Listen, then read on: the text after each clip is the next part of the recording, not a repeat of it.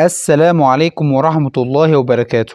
هل حصل قبل كده إنك رحت تعمل أشعة على البطن وسألت نفسك هو الدكتور طالبها ليه؟ أو يمكن سألت هل الأشعة دي بتوضح كل حاجة؟ النهاردة هنتكلم عن أشعة البطن البسيطة أبدومين إكس راي بأسلوب بسيط وسلس، ونفهم مع بعض إمتى بنستخدمها وإزاي بنقراها وإيه أهميتها في تشخيص حالات كتير.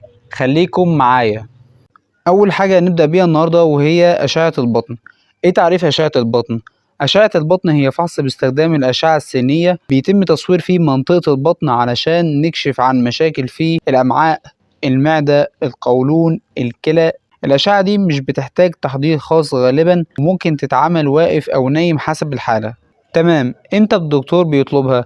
الأشعة دي ممكن تطلب في حالات زي ألم بطني مفاجئ واشتباه انسداد معوي، والانسداد المعوي هو توقف أو بطء شديد لحركة الطعام والغازات داخل الأمعاء، ده ممكن يكون في الأمعاء الدقيقة أو الغليظة. كمان ممكن يستخدم في تشخيص المغص الكلوي. المغص الكلوي هو ألم حاد جدا ناتج عن تحرك حصوة داخل مجرى البول غالبا من الكلية إلى الحالب. كمان ممكن يشخص وجود غازات شديدة، متابعة حالة بلع جسم غريب، وكمان بيستخدم في الكشف عن وجود هواء حر. والهواء الحر هو وجود هواء خارج الجهاز الهضمي غالبا ناتج عن ثقب في الأمعاء أو المعدة. عظيم لحد هنا. تعال بقى نشوف الأوضاع الأساسية لتصوير البطن. أول وضع معانا وهو الإي بي إيركت، وده بيستخدم للكشف عن الهواء الحر وإظهار مستويات الهواء والسوائل في حالات الانسداد المعوي. ومستويات الهواء والسوائل لما يبقى في سائل وهواء في نفس تجويف الأمعاء بيتكون في مستوى أفقي بين الاتنين، وده بيبان بوضوح في وضع الوقوف أو اللاترال ديكيوبيتاس. زي لما يكون عندك نص كوباية مية بيكون المية تحت والهواء فوقه، وبيكون في فاصل أفقي اللي هو المستوى بين المية والهواء. أما بالنسبة لوضع التصوير فالمريض بيكون واقف بشكل مستقيم وظهره ملامس للكاسيت، والأشعة بتيجي من الأمام للخلف، يعني من أمام المريض إلى وراء المريض.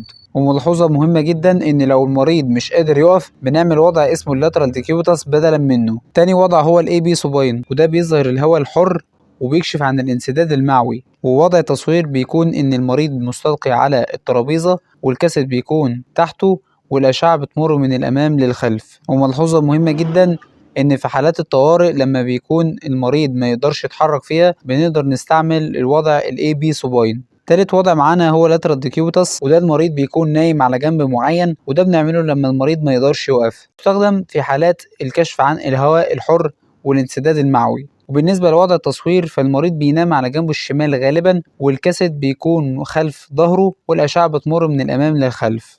خلاصة الكلام، لو حسيت بألم في بطنك ممكن الدكتور يطلب فحص أشعة البطن كخطوة أولى، لكن مهم نعرف إن دي خطوة مبدئية، ولو محتاجين تفاصيل أكتر ممكن نكمل بفحوصات زي الأشعة المقطعية أو السونار.